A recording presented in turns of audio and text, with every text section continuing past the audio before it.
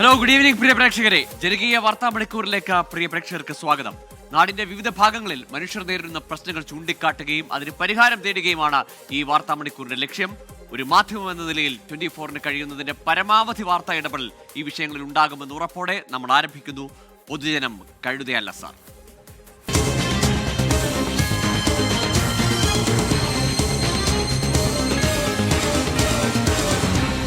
പൊതുജനം കഴുതയല്ല സാർ. നമ്മൾ ഇന്ന് ആദ്യം പോകുന്നത് തൃശ്ശൂരിലേക്കാണ്.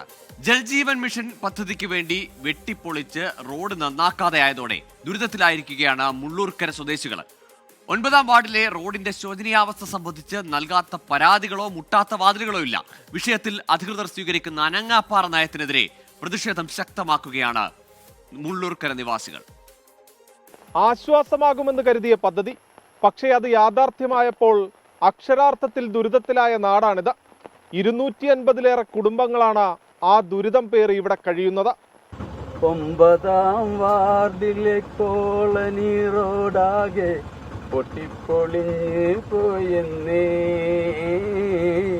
കുണ്ടും കുഴിയാണ് ഇന്ന്. താനിയം കാട് പോയൊന്നു വന്നാൽ നട്ടെല്ലൊടിഞ്ഞു പോകും. ഇന്തല്ലോ ബോൾട്ടും അഴിഞ്ഞു പോയിടും,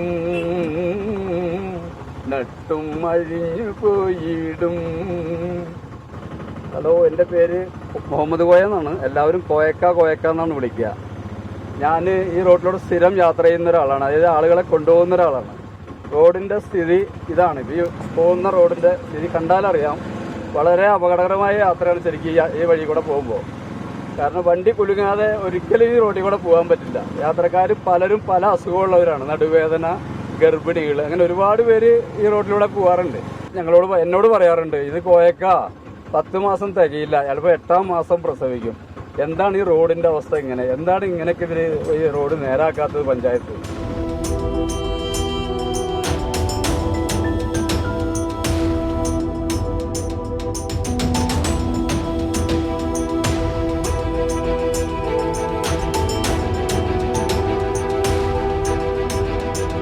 രണ്ടു വർഷം മുൻപ് ജലജീവൻ മിഷൻ പദ്ധതിയുടെ പൈപ്പിടുന്നതിനു വേണ്ടിയാണ് മുള്ളൂർക്കര പഞ്ചായത്ത് 9-ാം വാർഡിലെ താന്നിയംകാട് റോഡ് വെട്ടിപ്പൊളിച്ചത്.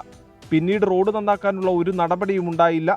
കുണ്ടും കുഴിയും നിറഞ്ഞ റോഡ് ഇപ്പോൾ തീർത്തും സഞ്ചാരയോഗ്യമല്ലാതായിരിക്കുന്നു. മഴ എന്ന് പറയുന്നത് ഇന്നലെ പദ്ധതി ഉണ്ടായിട്ട് ഇന്ന് രൂപീകരിച്ചൊരു മഴയല്ലല്ലോ. മഴക്കെടുതി ഉണ്ടാവും, ഈ കാലവർഷം വരും എന്നുള്ളതൊക്കെ ഇവർക്ക് കൃത്യമായിട്ട് അറിയാവുന്നതാണ്. ഇവർ എന്തുകൊണ്ട് ഇത് കൃത്യമായിട്ട് ജനങ്ങൾക്ക് വേണ്ടിയിട്ട് ഈ സഞ്ചാര സ്വാതന്ത്ര്യം ചെയ്യുന്നുള്ള ഒരൊറ്റ ചോദ്യം നമ്മൾ ചോദിക്കുന്നത്. ഇനി ഞങ്ങൾ എന്ത് ചെയ്യണം? ഇവിടുത്തെ ജനങ്ങൾ എന്ത് ചെയ്യണം? 9-ാം വാർഡ് നിവാസികൾ എന്ത് ചെയ്യണം? ഈ ദുരിതം ഇനി മുന്നോട്ട് ഞങ്ങൾ പോകണോ എന്നുള്ള ചോദ്യമാണ് ഞങ്ങൾ ഭരണകർത്താക്കളോട് ചോദിക്കാനുള്ളത്. 3 കിലോമീറ്ററിലധികം വരുന്ന റോഡ് പൂർണ്ണമായും തകർന്നതോടെ 200-ലധികം വരുന്ന കുടുംബങ്ങളാണ് ദുരിതത്തിലായിരിക്കുന്നത്. സ്കൂൾ കൂടി തുറന്ന സാഹചര്യത്തിൽ സ്കൂൾ ബസ്സുകളും ഇങ്ങോട്ട് സർവീസ് നടത്താത്ത സ്ഥിതിയാണ്. ഇതോടെ 3 കിലോമീറ്ററോളം ദൂരം നടന്ന സ്കൂൾ ബസ്സിൽ കയറേണ്ട സ്ഥിതിയിലാണ് വിദ്യാർത്ഥികൾ. ഈ സ്കൂൾ തുറന്നു കഴിഞ്ഞാൽ ഏകദേശം 2.5 കിലോമീറ്ററോളം റോഡ് ലാസ്റ്റ് വരെ. ആ എൻഡിലേക്ക് വണ്ടി വരില്ല. നമ്മളിപ്പോൾ ഇവിടുന്ന് നമ്മുടെ ആ മെയിൻ റോഡിലാണ് വണ്ടി നിർത്തുള്ളൂ, സ്കൂൾ വണ്ടി. അപ്പോൾ ഞങ്ങളൊക്കെ ഈ മഴക്കെടുതിയിൽ പാടത്ത് കൂടെ അല്ലെങ്കിൽ റോട്ടിൽ കൂടെ ഈ പിള്ളേരിനെ വെച്ച് നടന്നിട്ട് വേണം ഞങ്ങൾ വണ്ടിയിലേക്ക് എത്തിക്കാൻ. എങ്ങനെ സുരക്ഷിതമായിട്ട് ഞങ്ങളുടെ പിള്ളേരിനെ സ്കൂളിലേക്ക് എത്തിക്കും? അതാണല്ലോ ഇതിൻ്റെ ഒരു അടിസ്ഥാനം എന്ന് പറയുന്നത്. വിഷയത്തിൽ പഞ്ചായത്ത് അധികൃതർക്കടക്കം പരാതി നൽകിയെങ്കിലും ഇതുവരെയും ഒരു നടപടിയും ഉണ്ടായിട്ടില്ല. ഇതോടെ നാട്ടുകാരുടെ നേതൃത്വത്തിൽ ജനകീയ മുന്നണി രൂപീകരിച്ച് പ്രതിഷേധം ശക്തമാക്കാനാണ് തീരുമാനം. ജനങ്ങളുടെ നിരന്തര പരാതിയെ തുടർന്ന് കുഴികളിൽ മെറ്റൽ നിരത്തിയെങ്കിലും മഴ ശക്തമായതോടെ മെറ്റലും ഒഴുകിപ്പോയി. മഴ കൂടുതൽ കനത്തതോടെ പൊതുജനങ്ങളുടെ ആശങ്കയും ഏറുകയാണ്. ഓട്ടം വിളിച്ചാൽ ഒരു ഓട്ടോറിക്ഷ പോലും വരില്ല. മഴ കൂടി കനത്താൽ ഇവിടത്തുകാരുടെ ജീവിതം ദുസ്സഹമാകും. അധികൃതരോടാണ്, പാവങ്ങളാണ്, അവരെ ഇനിയും കൈവിടരുത്. ക്യാമറാമാൻ ബിനേഷ് ബാബുരാജിനൊപ്പം സൂരജ് ജി, 24. പൊതുജനം കഴുതയല്ല സാർ. ഓട്ടോ ഡ്രൈവറായ കോയക്ക പാടിയത് സുഖമുള്ള, സന്തോഷമുള്ള ഒരു പ്രണയഗാനത്തിന്റെ ട്യൂണിലാണെങ്കിലും ആ പാട്ട് അത്രയും ദുരിതമാണ്. യാത്രാ ദുരിതത്തിന്റെ പരാതികൾ കേട്ടും സങ്കടം കേട്ടും അത് സ്വയം അനുഭവിച്ചും അങ്ങനെ ഒരു പാട്ട് തന്നെ ചിട്ടപ്പെടുത്തിയെന്ന് ആലോചിക്കുമ്പോൾ എത്ര കാലമായി എത്ര ദുരിതമാണ് അനുഭവിക്കുന്നതെന്ന് ആ പാട്ടിൽ തന്നെയുണ്ട്. പക്ഷേ ഈ പാട്ട് കേൾക്കേണ്ടവർ കേൾക്കണം. വികസനത്തിനായി വെട്ടിപ്പൊളിച്ച റോഡാണിത്. പക്ഷേ വികസനം എങ്ങും എത്തിയില്ല എന്ന് മാത്രമല്ല, പൊട്ടിപ്പൊളിഞ്ഞ റോഡിലൂടെ സഞ്ചരിച്ച് പ്രദേശവാസികളുടെ നടു ഒടിഞ്ഞു. മഴക്കാലമായതോടെ കുഴികളിൽ വെള്ളം നിറഞ്ഞു. യാത്രാ ദുരിതം ഇരട്ടിയായി. ഇനിയുമുണ്ട് ഏറെ പ്രതികരണങ്ങൾ മുള്ളൂർക്കരക്കാർ പറയാൻ. ഞാൻ സ്ഥിരമായിട്ട് വണ്ടി ഓടിക്കുന്ന ഒരാളാണ്. എനിക്കറിയാം ഈ വണ്ടി ഓടിക്കാനുള്ള ബുദ്ധിമുട്ട് അറിയാം. അറ്റം വരെ പോയി വരുമ്പോഴത്തേനും എനിക്കൊരു 4 ട്രിപ്പ് പോകാൻ പറ്റില്ല. വന്ന് കിടക്കേണ്ടി വരും. നേരം എടുക്കുമ്പോൾ എഴുന്നേക്കാൻ വയ്യ സത്യം പറഞ്ഞാൽ. നടുവേന കാരണം കർഷകരാണ് ഇപ്പോൾ ഏറ്റവും കൂടുതൽ ഈ വഴിക്ക് സഞ്ചരിക്കുന്നത്. പാൽവണ്ടിയായിട്ടും സ്കൂട്ടറിലൊക്കെയാണ് ആൾക്കാർ വന്ന് പോകുന്നതും. സ്കൂൾ കുട്ടികൾക്ക് ഭയങ്കര ബുദ്ധിമുട്ടാണ് പോയി വരാനും ഇതിനൊക്കെ. റോഡ് ഇങ്ങനെ കിടക്കാറുകൊണ്ട് ഭയങ്കര ബുദ്ധിമുട്ടാണ്. അതുകൊണ്ടാണ് വണ്ടി വിളിക്കാർ വിളിച്ചാൽ വരൂലെന്നൂല. ഇനി റോഡ് അതിപ്പോൾ ഇവരോട് ചോദിക്കുമ്പോൾ ഇവർ 1 കോടി പാസ്സായിട്ടുണ്ടെന്ന് പറഞ്ഞിട്ടുണ്ടായിരുന്നു. ഇവർ ഫ്ലെക്സ് വെച്ചിട്ടുണ്ടായിരുന്നു. നമ്മൾ ഇത് വിവരാവകാശം വെച്ചപ്പോൾ അവിടുന്ന് ഒരു ഫണ്ട് പോലും വന്നിട്ടില്ല. 1 രൂപ പോലും കിട്ടിയിട്ടില്ല. പിന്നെ ബൈക്ക് യാത്രക്കാരൊക്കെ വരുമ്പോൾ ഫുള്ള് സ്കിഡായിട്ടും അങ്ങനെ ഇങ്ങനെയായിട്ട് വീണിട്ടും പല ജാതി അപകടങ്ങളാണ് ഇവിടെ നടന്നുകൊണ്ടിരിക്കുന്നത്. മുള്ളൂർക്കരയിലെ 9ാം വാർഡുകാരുടെ ദുരിതമാണിത്. ഒരുപാട് മനുഷ്യർ ആ റോഡിനെ ആശ്രയിക്കുന്നതാണ് ഇവരുടെ വാക്കുകളിൽ നിന്ന് മനസ്സിലാവുന്നത്. ഏതായാലും കാണേണ്ടവർ കാണട്ടെ, ഇടപെടാനുള്ള മനസ്സുണ്ടാവട്ടെ ഇനിയെങ്കിലും. ഇനി നമ്മൾ മുതലപ്പുഴയിലേക്കാണ് പോകുന്നത്. കാലങ്ങളായി പ്രതിഷേധങ്ങൾ അങ്ങനെ നിറഞ്ഞു നിൽക്കുന്ന മുതലപ്പുഴയിൽ വീണ്ടും പ്രതിസന്ധിയാണ്. ഡ്രഡ്ജിംഗ് മുടങ്ങിയതിൽ ഓപ്പറേറ്റർക്കും നടത്തിപ്പുകാരനുമെതിരെ പരാതിയുമായി രംഗത്ത് എത്തിയിരിക്കുകയാണ് ഹാർബർ എഞ്ചിനീയറിംഗ് വിഭാഗം. ഡ്രഡ്ജർ പ്രവർത്തിപ്പിക്കാൻ ഓപ്പറേറ്ററും നടത്തിപ്പുകാരനും വിമുഖത കാണിക്കുന്നു എന്നാണ് ആരോപണം. പോലീസ് ഇടപെടലിനെ തുടർന്ന് ഡ്രഡ്ജിംഗ് പുനരാരംഭിച്ചു. പ്രതിസന്ധികൾ അവസാനിക്കുന്നില്ല. കാലാവസ്ഥ അനുകൂലമായപ്പോൾ ഇപ്പോൾ പ്രതിസന്ധി സൃഷ്ടിച്ചിരിക്കുന്നത് ഡ്രഡ്ജിങ്ങിന്റെ കരാർ ഏറ്റെടുത്ത ജീവനക്കാരാണ്. ഒടുവിൽ പോലീസിനെ സമീപിക്കേണ്ടി വന്നു ഹാർബർ എഞ്ചിനീയറിംഗ് വിഭാഗത്തിന്. കഴിഞ്ഞ ആഴ്ചയിലെ ശക്തമായ മഴയെ തുടർന്ന് മുതലപ്പുഴയിൽ താൽക്കാലികമായി ഡ്രഡ്ജിംഗ് നിർത്തിവച്ചിരുന്നു. എന്നാൽ മഴ കുറഞ്ഞ ശേഷവും ഡ്രഡ്ജിംഗ് പുനരാരംഭിക്കാൻ തയ്യാറായില്ല. ഇതേ തുടർന്നാണ് ഹാർബർ എഞ്ചിനീയറിംഗ് വിഭാഗത്തിലെ അസിസ്റ്റന്റ് എക്സിക്യൂട്ടീവ് എഞ്ചിനീയർ പോലീസിൽ പരാതി നൽകിയത്. Dredger operator Mithun, supervisor Vimal എന്നിവർക്കെതിരെയാണ് പരാതി. ഡ്രഡ്ജർ പ്രവർത്തിപ്പിക്കാൻ ഓപ്പറേറ്ററും നടത്തിപ്പുകാരും വിമുഖത കാണിക്കുന്നു. മഴ മാറിയിട്ടും ഓപ്പറേറ്റർ സഹകരിക്കുന്നില്ല എന്നും പരാതിയിൽ പറയുന്നു. മറ്റൊരു ഓപ്പറേറ്ററെ എത്തിച്ചെങ്കിലും സൂപ്പർവൈസർ അനുവദിച്ചില്ല എന്നും പരാതിയിലുണ്ട്. പരാതി ലഭിച്ചതോടെ കഠിനംകുളം പോലീസ് ഇടപെട്ടു. പിന്നാലെയാണ് ഡ്രഡ്ജിംഗ് പുനരാരംഭിക്കാൻ കരാറുകാർ തയ്യാറായത്. ഡ്രഡ്ജിംഗ് ഓരോ ദിവസം വൈകുമ്പോഴും പ്രതിസന്ധിയിലാകുന്നത് സാധാരണ മത്സ്യത്തൊഴിലാളികളാണ്. ഉടക്കിടുന്നവരും പ്രതിസന്ധി സൃഷ്ടിക്കുന്നവരും ഇക്കാര്യം കൂടി ഓർക്കണം. ഉമേഷ് ബാലകൃഷ്ണൻ, 24 തിരുവനന്തപുരം. പൊതുജനം കഴുതയല്ല സാർ. സുരക്ഷിതമായി എന്ന് വള്ളം ഇറക്കാനാകും, കടലിലേക്ക് പോകാനാകും, ഉപജീവനം നടത്താനാകുമെന്ന ചോദ്യം മുതലപ്പുഴക്കാർ ഇങ്ങനെ ആവർത്തിച്ച് ചോദിക്കുകയാണ്. അവരിങ്ങനെ പ്രതിഷേധിക്കുന്നത് ഗതികേട് കൊണ്ടാണ്. ഇനി കാസർഗോഡേക്കാണ്. എൻഡോസൾഫാൻ ബാധിതരുടെ ചികിത്സ വഴിമുട്ടുന്നു. ദുരിതബാധിതർക്കായി ഏർപ്പെടുത്തിയ ചികിത്സാ സൗകര്യങ്ങൾ പിൻവലിച്ച് മംഗലാപുരത്തെ ആശുപത്രികൾ. സംസ്ഥാന സർക്കാർ എൻഡോസൾഫാൻ ദുരന്തബാധിതരെ പാടെ അവഗണിച്ചെന്ന് മഞ്ചേശ്വരം MLA AKM അഷ്റഫ് 24നോട് പറഞ്ഞു. മംഗലാപുരത്തെ KMC Manipal, KMC Jyothi, KMC Attavar, Yenepoya medical college എന്നിവിടങ്ങളിലാണ് കാസർകോട്ടെ എൻഡോസൾഫാൻ ദുരിതബാധിതർക്കായി സൗജന്യ ചികിത്സ ഒരുക്കിയിരുന്നത്. ആശുപത്രികളുമായുള്ള കരാർ പുതുക്കാത്തതും പണം നൽകാത്തതുമാണ് സൗജന്യ ചികിത്സയിൽ നിന്ന് ആശുപത്രികൾ പിന്മാറാൻ കാരണം. KMC മണിപ്പാലിൽ പ്രിസ്ക്രിപ്ഷൻ കൊടുത്താൽ മെഡിസിൻ കൊടുക്കുന്നില്ല. അവർ വീണ്ടും മരണത്തിലേക്ക് പോകുന്ന ഒരവസ്ഥയാണ് ആരോഗ്യ മേഖലയിൽ അവരുടെ അവസ്ഥ കാണുന്നത്. 20,500 പേരുടെ ഒരു ലിസ്റ്റ് ഇപ്പോഴും കയ്യിലുണ്ട്. ക്യാമ്പ് നടത്തുമെന്ന് പറയാതെ ഇതുവരെ ഒരു മെഡിക്കൽ ക്യാമ്പ് നടത്താൻ സർക്കാർ തയ്യാറാവുന്നില്ല. സർക്കാർ സഹായത്തിന് അർഹരായ 1031 പേരെ കൂടി കാസർഗോഡ് പാക്കേജിൽ ഉൾപ്പെടുത്തണമെന്നാവശ്യപ്പെട്ട് ദുരിതബാധിതർ വർഷങ്ങളായി നടത്തിയ സമരം മുഖ്യമന്ത്രി നിയമസഭയിൽ നൽകിയ ഉറപ്പിനെ തുടർന്ന് പിൻവലിച്ചിരുന്നു. പക്ഷേ 1 വർഷമായിട്ടും ഈ ഉറപ്പ് നടപ്പിലായിട്ടില്ല.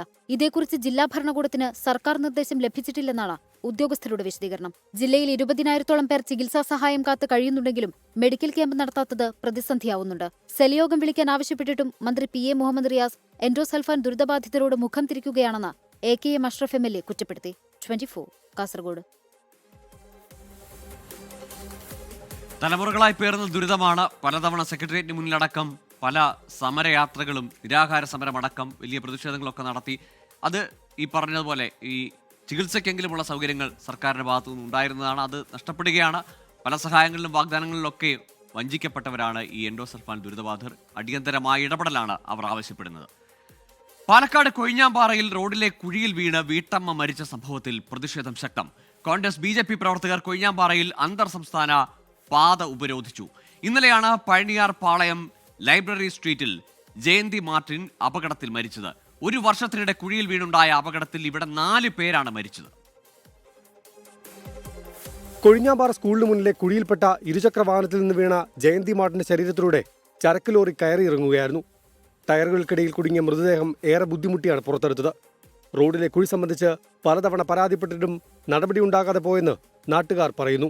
റോഡ് ടാർ ചെയ്യാത്ത പൊതുമരാമത്ത് വകുപ്പിനെതിരെ പ്രതിഷേധവുമായി കോൺഗ്രസും BJPയും രംഗത്തെത്തി. റോഡിലെ കുഴിയിൽ വാഴ നട്ടായിരുന്നു കോൺഗ്രസിന്റെ പ്രതിഷേധം.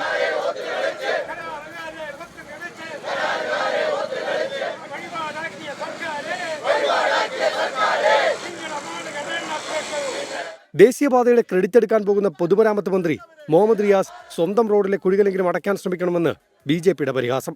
കേന്ദ്ര സർക്കാർ നൽകുന്ന മുഴുവൻ റോഡും ആ റോഡ് പദ്ധതികളെ മുഴുവൻ സ്വന്തം പദ്ധതിയാണ് എന്ന് പറഞ്ഞു നടക്കുന്ന റിയാസ് ഈ കൊലപാതകത്തിന്റെ ഉത്തരവാദിത്വം ഏറ്റെടുത്തുകൊണ്ട് രാജിവെക്കണം എന്നാണ് ഭാരതീയ ജനതാ പാർട്ടിക്ക് പറയാനുള്ളത്.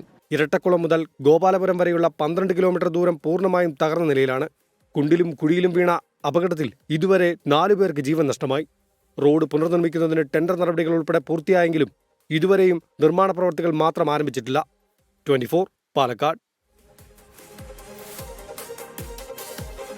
ഏതായാലും ഈ വാർത്തകളോടൊക്കെ നമ്മുടെ പ്രേക്ഷകർ പ്രതികരിക്കുന്നുണ്ട്. ഓട്ടോറിക്ഷ വരാത്തത് പറയല്ലേ എന്ന് സീന മുഹമ്മദ് പറയുന്നു.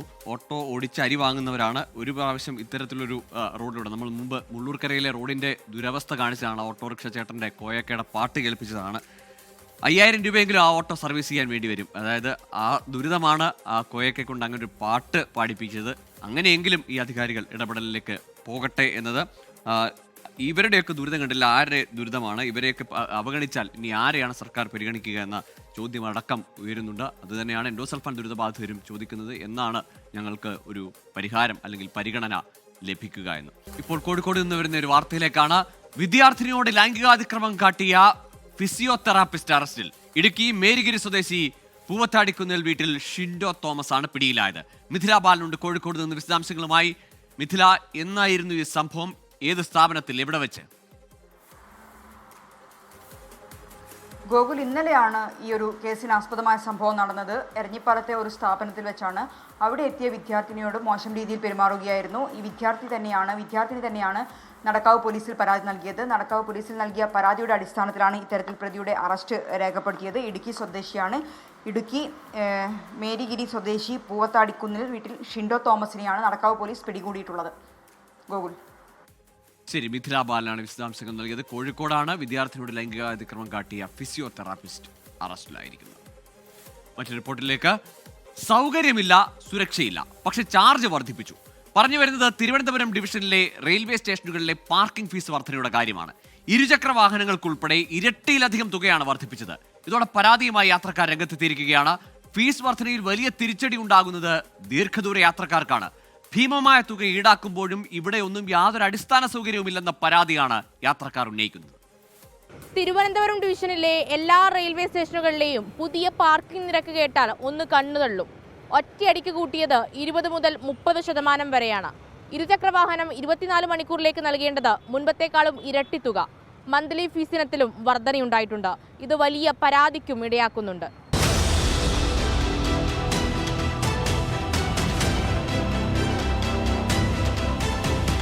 ജൂൺ 1 മുതലാണ് തിരുവനന്തപുരം ഡിവിഷനിലെ റെയിൽവേ സ്റ്റേഷനുകളിൽ ഫീസ് വർധന നിലവിൽ വന്നത്.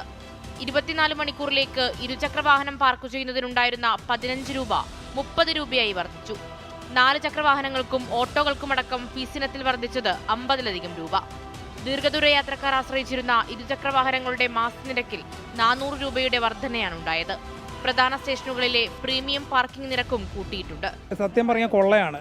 ഒരു സെൻട്രൽ ഗവൺമെൻറ് സ്ഥാപനത്തിൽ ഞങ്ങൾക്ക് ഇത് ഫ്രീ ആയിട്ട് കിട്ടേണ്ടതാണ്. ഞങ്ങൾക്ക് അതിനുള്ള റൈറ്റ്സ് ഉണ്ട്. ഞങ്ങൾ ടിക്കറ്റ് എടുത്തും ഒക്കെ അല്ലേ പോകുന്നേ. ഇപ്പോൾ ഞങ്ങളിപ്പോൾ എറണാകുളത്ത് പോകുകയാണെന്നുണ്ടെങ്കിൽ ചില സിറ്റുവേഷനിൽ ഞങ്ങൾക്ക് 2-3 ദിവസം അധികം സ്റ്റേ ചെയ്യേണ്ടി വരും. അപ്പോൾ ഈ തുക താങ്ങാൻ പറ്റാത്തതാണ്. ഭയങ്കര ചാർജാണ്, കൊള്ളയാണ്. ആരും പ്രതികരിക്കുന്നില്ല, എന്താ അറിയത്തില്ല. ചോദിക്കുമ്പോൾ അവർ പറയുന്നത് ഞങ്ങളോട് കൂട്ടാൻ പറയും, കൂട്ടി അത്രയേ ഉള്ളൂ എന്നാണ് പറയുന്നത്. വയ്ക്കണ അവർ 2-3 ദിവസം വയ്ക്കുമ്പോൾ തന്നെ വലിയൊരു എമൗണ്ട് ആവും. അവർ വച്ചിട്ട് പോകണം, ചിലപ്പോൾ 2 ദിവസത്തേക്കായിരിക്കും പോകണത്. ഒരു വരുമ്പോൾ ഒരാഴ്ചയോ അപ്പോൾ ഒരു വലിയൊരു എമൗണ്ട് വരും. അപ്പോൾ അവർക്കൊരു ബുദ്ധിമുട്ടായിരിക്കും. ഇവിടെ കൂടുതലും പറഞ്ഞത് ഡെയിലി പോയിട്ട് വരണവരാണ് എന്ന് പറയുമ്പോൾ കൂലിപ്പണിക്ക് പിന്നെ അല്ലാതെ ഓഫീസ് ജോലിക്ക് പോണവരാണ് കൂടുതലും വരാറ്. പിന്നെ അവർക്ക് ഈ വില വർധന അവർക്കൊരു ബുദ്ധിമുട്ടാണ്. പാർക്കിംഗ് ഫീസ് ഇരട്ടിയായതുണ്ടാക്കുന്ന ബുദ്ധിമുട്ട് ചെറുതല്ലെന്നാണ് യാത്രക്കാരുടെ പരാതി. ഫീസ് ഇനത്തിൽ സാധാരണക്കാരുടെ കയ്യിൽ നിന്നും ഈടാക്കുന്നത് വലിയ തുക എന്ന കാര്യത്തിലും സംശയമില്ല. ദീർഘദൂര യാത്രക്കാർക്കും രക്ഷയില്ല. നമ്മളെല്ലാവരും സാധാരണക്കാരാണ്. അപ്പം വീണ്ടും ഇങ്ങനെ ഒരു കണ്ടീഷൻ വരുമ്പോൾ ഇറ്റ് ഇസ് നോട്ട്, നമുക്ക് ബുദ്ധിമുട്ടാണ്. കാരണം പെട്ടെന്ന് അത്യാവശ്യത്തിന് ഇതല്ലേ സേഫായിട്ട് വെച്ചിട്ട് പോകാണ്. വീണ്ടും അതിൽ എമൗണ്ട് കൂട്ടുക എന്ന് പറയുന്നത് കുറച്ച് ബുദ്ധിമുട്ടാണ്. ഒരു 1 വീക്കൊക്കെ വെക്കുവാണെങ്കിൽ നമ്മൾ എത്ര എമൗണ്ട് ഇതിന് സ്പെൻഡ് ചെയ്യേണ്ടി വരും? അടിസ്ഥാന സൗകര്യങ്ങൾ റെയിൽവേ ഉറപ്പാക്കുമെങ്കിൽ പണമടക്കാമെന്ന് പറയുന്നവരുമുണ്ട് കൂട്ടത്തിൽ. എന്നാൽ ഈ റെയിൽവേ സ്റ്റേഷനുകളിലൊന്നും മതിയായ രീതിയിലുള്ള അടിസ്ഥാന സൗകര്യങ്ങളില്ല എന്നുള്ളതും വാസ്തവമാണ്. വാഹനങ്ങളുടെ സുരക്ഷയ്ക്കും യാതൊരു ഉറപ്പുമില്ല. അത്യാവശ്യത്തിനായിരിക്കും വരുന്നത്. അത്യാവശ്യത്തിന് വരുമ്പോൾ ഇവിടെ ഒരിക്കലും പാർക്കിംഗ് കിട്ടാറില്ല. ഒരിക്കലും. എത്രയോ പ്രാവശ്യം റൗണ്ട് അബൌട്ട് കറങ്ങുന്ന പോലീസുകാർ ഇവിടെ ഉണ്ടാവും, എപ്പോഴും ഉണ്ടാവും. ഇത്രയും നാളായിട്ടൊരു മൾട്ടി ലെവൽ കാർ പാർക്ക് ഇവിടെ ഉണ്ടാക്കാനായിട്ട് ഇതുവരെയായിട്ടും ആരും ചെയ്തിട്ടില്ല. ഇല്ല, ചാർജ് കൂട്ടുന്നതിനോടൊന്നും എനിക്ക് എതിർപ്പില്ല. പക്ഷേ ചാർജ് കൂട്ടുന്നതിനനുസരിച്ച് സർവീസ് കിട്ടുക എന്നുള്ളതാണ് ഏറ്റവും പ്രധാനം. ചാർജ് കൂട്ടിക്കോ കൂട്ടാതിരിക്കട്ടെ, കുഴപ്പമില്ല. പക്ഷേ നമ്മൾ ഇപ്പോഴത്തെ ഈ ഒരു സർവീസ് അനുസരിച്ച് നോക്കുകയാണെന്നുണ്ടെങ്കിൽ ഇപ്പോൾ കൂട്ടിയ ചാർജിന് അതിനൊരു ജസ്റ്റിഫിക്കേഷൻ നമുക്ക് പറയാൻ പറ്റില്ല. പാർക്കിംഗ് ഫീസ് കൂട്ടുന്നതിനനുസരിച്ച് അടിസ്ഥാന സൗകര്യമുണ്ടെങ്കിൽ അത് അംഗീകരിക്കാമെന്ന് പറയുന്ന ഒരു വിഭാഗമുണ്ട്. പക്ഷേ ഈ റെയിൽവേ സ്റ്റേഷനുകളിലൊന്നും ആ അടിസ്ഥാന സൗകര്യങ്ങൾ പോലും ഉണ്ടാകുന്നില്ല. എന്തായാലും ഇവിടെ വന്ന് പാർക്ക് ചെയ്യുന്നവരുടെ ചീട്ട് കീറുമെന്നുറപ്പ്. ക്യാമറമാൻ രഞ്ജിത്തിനൊപ്പം മേഘ്ന മുരളി, 24 തിരുവനന്തപുരം. പൊതുജനം കഴുതയല്ല സാർ. റെയിൽവേയിൽ ടിക്കറ്റ് എടുത്ത് ട്രെയിനിൽ യാത്ര ചെയ്യുന്ന ആളുകളാണ് വാഹനങ്ങൾ അവിടെ കൊണ്ട് പാർക്ക് ചെയ്യുന്നത്. പക്ഷേ ഈ പാർക്ക് ചെയ്യുന്ന വാഹനങ്ങൾ തിരിച്ചെടുക്കുമ്പോൾ അവസ്ഥ പലർക്കും അറിയാം. കാക്കയുടെയും കിളിയുടെയും ഒക്കെ കാഷ്ടം, അല്ലെങ്കിൽ അതിൻ്റെ ഭാഗങ്ങളില്ല, സ്പെയർ പാർട്സ് നഷ്ടമാകൽ. പരാതി പറഞ്ഞാൽ അവർക്ക് ഉത്തരവാദിത്വം ഇല്ലതാനും അത് ഏതോ ഏജൻസികളെ ഏൽപ്പിച്ചിരിക്കുന്നു പാർക്കിംഗ് എന്ന് പറയുകയും ചെയ്യും. റെയിൽവേ കൈമലർത്തുകയും ചെയ്യും. പക്ഷേ ഈ ഫീസ് കൂട്ടുന്നതിൽ ഒരു മയവുമില്ല. നമ്മുടെ നാട്ടിലെ ചില മോളുകളെ പോലെ ഇങ്ങനെ പൈസ വാങ്ങരുത് റെയിൽവേ എങ്കിലും. വഴിയും പാലവും ഇല്ലാതെ ബുദ്ധിമുട്ടുകയാണ് ഒരു നാട്. കോട്ടയം ജില്ലയിലെ പട്ടാശ്ശേരി വെട്ടിത്തറ ഭാഗത്താണ് വഴിയും പാലവും ഇല്ലാതെ നാട്ടുകാർ ദുരിതമനുഭവിക്കുന്നത്. പ്രദേശത്തുള്ള തോട്ടിലാകെ പോള നിറഞ്ഞതിനാൽ ജലമാർഗമുള്ള യാത്രയും ഇവർക്ക് സാധിക്കുന്നില്ല. പലതവണ അധികാരികളെ കാര്യം അറിയിച്ചിട്ടും യാതൊരു നടപടിയും ഉണ്ടായിട്ടില്ല.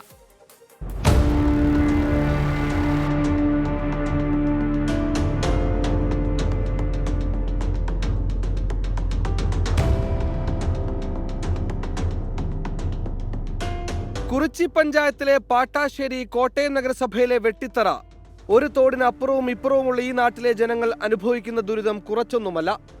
സഞ്ചാരയോഗ്യമായ വഴിയില്ലാത്തത് വലിയ ബുദ്ധിമുട്ടാണ് ഇവർക്ക് നൽകുന്നത്. കുറിച്ചി വഴി പാട്ടാശ്ശേരി വരെ ടാർ ചെയ്ത റോഡുണ്ടെങ്കിലും കോട്ടയത്തേക്ക് എത്തണമെങ്കിൽ ഈ വഴിയിലൂടെ കിലോമീറ്ററുകൾ സഞ്ചരിക്കണം. എന്നാൽ ഒരു പാലവും കോട്ടയം ഭാഗത്തേക്കുള്ള വഴിയും നിർമ്മിച്ചാൽ ഇവരുടെ ദുരിതം മാറും. ഒരു തരത്തിലും കരയ്ക്കോട്ടം നിർത്താൻ ഒരു നിവൃത്തിയില്ല ഞങ്ങൾക്ക്. പിള്ളേരെ സ്കൂൾ തുറക്കുമല്ലോ, പിള്ളേരെ കൊണ്ടുപോകണേ തന്നെ എടുത്തോണ്ട് വേണം പോകാനായിട്ട്. അത് മിക്കവാറും കണ്ടത്തിലും എല്ലാം വീണും തല്ലിയൊക്കെ പോകും. ഇപ്പം ഞാൻ ഇങ്ങോട്ട് വന്ന വഴിക്ക് ഞാൻ ഒരു വീഴ്ച വീഴാൻ തിരിച്ചു പോയിട്ടാണ് വന്നിരിക്കുന്നത്.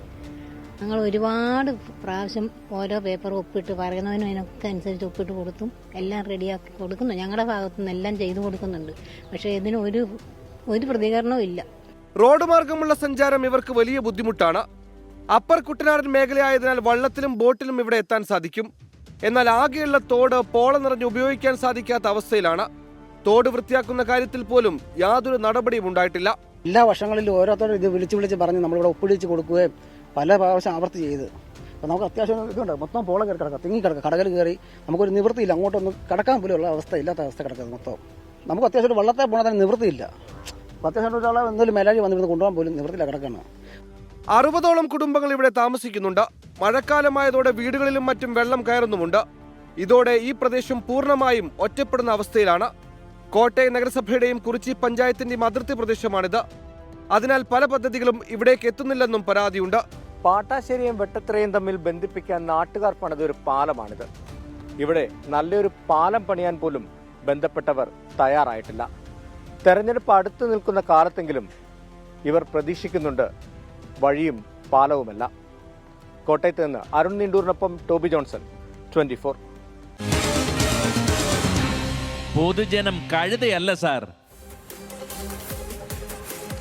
റോഡില്ല, ഇനി തോടെന്നാലോചിച്ചാൽ അതിലെയും പോകാൻ വഴിയില്ല എന്നതാണ് അവരുടെ അതുവഴിയും യാത്ര സാധ്യമല്ല എന്നതാണ് കുറിച്ചിക്കാരുടെ ദുരിതം.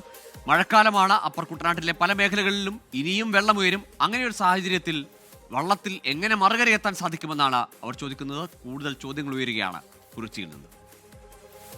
പിള്ളേരുണ്ട്, പഠിക്കുന്ന പിള്ളേരുണ്ട് ഇവിടെ. അതുങ്ങളെ എടുത്തുകൊണ്ടാണ് പോകുന്ന സംഭവം. ചെള്ളയായിട്ട് അമ്മമാരല്ലോ, രാവിലെ ഞങ്ങളെല്ലാം പണിക്ക് പോകും. പിന്നെ പിള്ളേരെ കൊണ്ട് അമ്മമാരെ കൊണ്ടുവന്നത് അതുപോലെ ബുദ്ധിമുട്ട് ഇപ്പോൾ കണ്ടില്ല, വീണ് കണ്ടില്ലേ. ഈ വഴി നമുക്കൊരു സ്ഥലം കിട്ടിയാൽ നമുക്ക് ഇവിടുന്ന് വികസനം വരും. 6 മാസത്തോളം ഞങ്ങൾക്ക് ബുദ്ധിമുട്ടാണ്. 40 വർഷമായിട്ട് ഇവിടെ വന്നിട്ട് ഒരു മാറ്റവും കാണുന്നില്ല. 40 വർഷമായി ഞാനിവിടെ വന്നിട്ട് ഇതുവരെ ഒരു മാറ്റവും വഴിക്ക് വന്നിട്ടില്ല. പാട്ടാശ്ശേരി അക്കരെ കയറിയ വഴിയുണ്ട്, അക്കരെ വരെ വരണ്ടേ. ഞങ്ങളുടെ ഈ കുറിച്ച് 1-ാം വാർഡിൽ ഒരു പുരോഗമനം ഉണ്ടായിട്ടില്ല. ഒരു വഴി ഉണ്ടായെന്നല്ലാതെ അത് ചുറ്റിക്കറങ്ങി പോകണം. ഞങ്ങൾക്ക് പോകണമെങ്കിൽ കിലോമീറ്റർ ഞങ്ങളൊരാൾ പോകണമെങ്കിൽ എത്ര രൂപ മുടക്കണമെന്നറിയാമോ? ഞങ്ങൾക്ക് പല അപകടങ്ങളും ഉണ്ടായിട്ട് ഞങ്ങളെ ഏത് രീതിയിലാണ് കൊണ്ടുപോകുന്നതെന്നറിയാം. എടുത്തും പിന്നെ കസേരയിലിരുത്തിയൊക്കെ എനിക്ക് തന്നെ 2 അപകടം ഉണ്ടായിട്ട് അങ്ങനെ തന്നെ കൊണ്ടുപോയത്. ഇപ്പോൾ സംവിധായകൻ ബി ഉണ്ണികൃഷ്ണൻ മാധ്യമങ്ങളെ കാണുന്നു. തത്സമയം അല്ല, അത്തരത്തിലുള്ള അന്വേഷണങ്ങളൊന്നുമില്ല. അത്തരത്തിലുള്ള ചില കാര്യങ്ങൾ, അതായത് പ്രൊഫഷണൽ വർക്കുമായിട്ട് ബന്ധപ്പെട്ട ചില കാര്യങ്ങളാണ്, അല്ലാതെ മറ്റു വിഷയങ്ങളിലെ പരാതി അല്ലാതെ. അത് മനസ്സിലായി. ഒരു പ്രൊഫഷണൽ കാര്യത്തിലത്തെ ഒരു അഭിപ്രായ വ്യത്യാസം വരുമ്പോൾ തീർച്ചയായിട്ടും ചില ഫോറങ്ങളിൽ നമ്മൾ സമീപിക്കുമല്ലോ. അതെല്ലാം പരിഹരിക്കപ്പെട്ടിരിക്കുന്നു എന്നാണ് ഞാൻ പറഞ്ഞതിന് അർത്ഥം. അല്ല, അത് കേസ് പോലീസിന്റെ പരിഗണനയിൽ ഇരിക്കുന്നതുകൊണ്ട് ഞങ്ങൾ അതിനെക്കുറിച്ച് കൂടുതൽ ഇപ്പോൾ സംസാരിക്കാൻ ആഗ്രഹിക്കുന്നില്ല. അല്ല, അതൊക്കെ നമ്മൾ ചോദിക്കേണ്ട കാര്യങ്ങൾ ചോദിക്കുന്നു, പറയേണ്ട കാര്യങ്ങളല്ലേ പറയാൻ പറ്റുള്ളൂ. എന്ത് നടപടി? ഇത് ഞങ്ങൾ വളരെ ഇത് എന്താണെന്നറിയോ, ഞങ്ങൾ ഫെഫ്കയും അമ്മയും വളരെ അടുത്ത സൗഹൃദം പുലർത്തുന്ന 2 സംഘടനകളാണ്. അപ്പോൾ വളരെ അടുത്ത് ഞങ്ങൾ പ്രവർത്തിക്കുന്നവരുമാണ്, അല്ലേ? ഞങ്ങൾ ചെയ്യുന്ന സിനിമകളിൽ ഞങ്ങളുടെ കല പ്രകാശിപ്പിക്കുന്നത് ഇവരാണ്. അപ്പം ഞങ്ങൾക്ക് അത്രയും അടുത്ത ബന്ധമാണ് ഇവരുമായിട്ടുള്ളത്. അപ്പം ഞങ്ങൾ പരസ്പരം അങ്ങോട്ടും ഇങ്ങോട്ടും നടപടിയെടുക്കാനൊന്നും അല്ല വന്നത്. ഞങ്ങൾ വന്നത് എന്താ, ഒരു കരട് പോലും നടൻ ഉണ്ണി മുകുന്ദനെതിരെ മാനേജർ പരാതി ഉന്നയിച്ചിരുന്നു. ആ പരാതിയുമായി ബന്ധപ്പെട്ടാണ് അമ്മ ഫെഫ്ക ചർച്ച നടന്നത്. അത് പരിഹരിക്കപ്പെട്ടു രമ്യമായി എന്നതാണ് ഇപ്പോൾ ഫെഫ്ക ഭാരവാഹി കൂടിയായ ബി ഉണ്ണികൃഷ്ണൻ മാധ്യമങ്ങളോട് സംസാരിക്കുമ്പോൾ പറയുന്നത്. തൃശ്ശൂരിൽ നിന്ന് ഒരു അപകട വാർത്ത എത്തുന്നു. എരുമപ്പെട്ടി മങ്ങാട് കാറുകൾ തമ്മിൽ കൂട്ടിയിടിച്ച് കുട്ടികൾ ഉൾപ്പെടെ 7 പേർക്ക് പരിക്കേറ്റു. 9-കാരി സുനൈനയുടെ പരിക്കു ഗുരുതരമാണ്. മങ്ങാട് സെയിന്റ് ജോർജ് പള്ളി ഗ്രോട്ടോയുടെ മുന്നിലാണ് അപകടമുണ്ടായത്. സൂരജ് നൽകും വിശദാംശങ്ങൾ. സൂരജ്, ഇവരെ ഏത് ആശുപത്രിയിലാണ് പ്രവേശിപ്പിച്ചിരിക്കുന്നത്? ആ കുട്ടിയുടെ ആരോഗ്യനില എങ്ങനെ? ഗൂഗിൾ, ഇന്ന് വൈകുന്നേരം 4:30 ഈ മങ്ങാട് വാഹനാപകടം ഉണ്ടായത്. ഇതിൽ 7 പേർക്ക് പരിക്കേറ്റു. ഈസ്റ്റ് ഒറ്റപ്പാലം സ്വദേശികളായ ഹക്കിം, സമദ്, ഷൗജത, സുനൈന, അതോടൊപ്പം തുടങ്ങി 7 പേർക്ക് പരിക്കേറ്റു. ഇതിൽ 9 വയസ്സുകാരിയുടെ നിലയാണ് അല്പം ഗുരുതരമായുള്ളതെന്നുള്ളതാണ് പറയുന്നത്. ഒറ്റപ്പാലത്ത് നിന്ന് ചാവക്കാട്ടേക്ക് പോവുകയായിരുന്നു ഇവർ സഞ്ചരിച്ചിരുന്ന ഓൾട്ടോ കാറ്. എതിർദിശയിൽ വന്ന ഒരു ടാറ്റയുടെ വണ്ടിയിൽ നിയന്ത്രണം തെറ്റി ഇടിക്കുകയായിരുന്നു എന്നുള്ളതാണ് പ്രദേശവാസികൾ പറയുന്നത്. ഈ എതിർദിശയിൽ ഉണ്ടായിരുന്ന കാറിലുള്ളവർക്ക് കാര്യമായ പരിക്കേൽക്കാതെ തന്നെ അവർ രക്ഷപ്പെടുകയും ചെയ്തു. പക്ഷേ ഈ വാഹനത്തിനകത്തുണ്ടായിരുന്നവർക്ക് കാര്യമായി തന്നെ പരിക്കേറ്റു. അതിൽ ഈ 7 വയസ്സുകാരിയുടെ നിലയാണ് ചെറിയ രീതിയിലെങ്കിലും ആശങ്കപ്പെടുത്തുന്നത്. ഈ കാർ എതിർദിശയിലെത്തി ദിശ തെറ്റി വന്നാണ് ഈ എതിർദിശയിൽ വന്ന വാഹനത്തിൽ ഇടിച്ചതെന്നുള്ളതാണ് പറയുന്നത്. ഈ പരിക്കേറ്റ ആളുകളെല്ലാം തന്നെ കുന്നംകുളത്തെ മലങ്കര ആശുപത്രിയിലാണ് നിലവിൽ പ്രവേശിപ്പിച്ചിട്ടുള്ളത്. ഗൂഗിൾ, ശരി. തൃശ്ശൂർ എരുമപ്പെട്ടിയിലാണ് വാഹനാപകടം. 7 പേർക്കാണ് പരിക്കേറ്റത്. 9 വയസ്സുകാരിയായ കുട്ടിയുടെ പരിക്ക് ഗുരുതരമെന്നാണ് സൂര്യശ്രീ നൽകുന്ന വിവരം. ഇതോടെ പൊതുജനം കഴുതയല്ല സാർ പൂർണ്ണമാകുന്നു.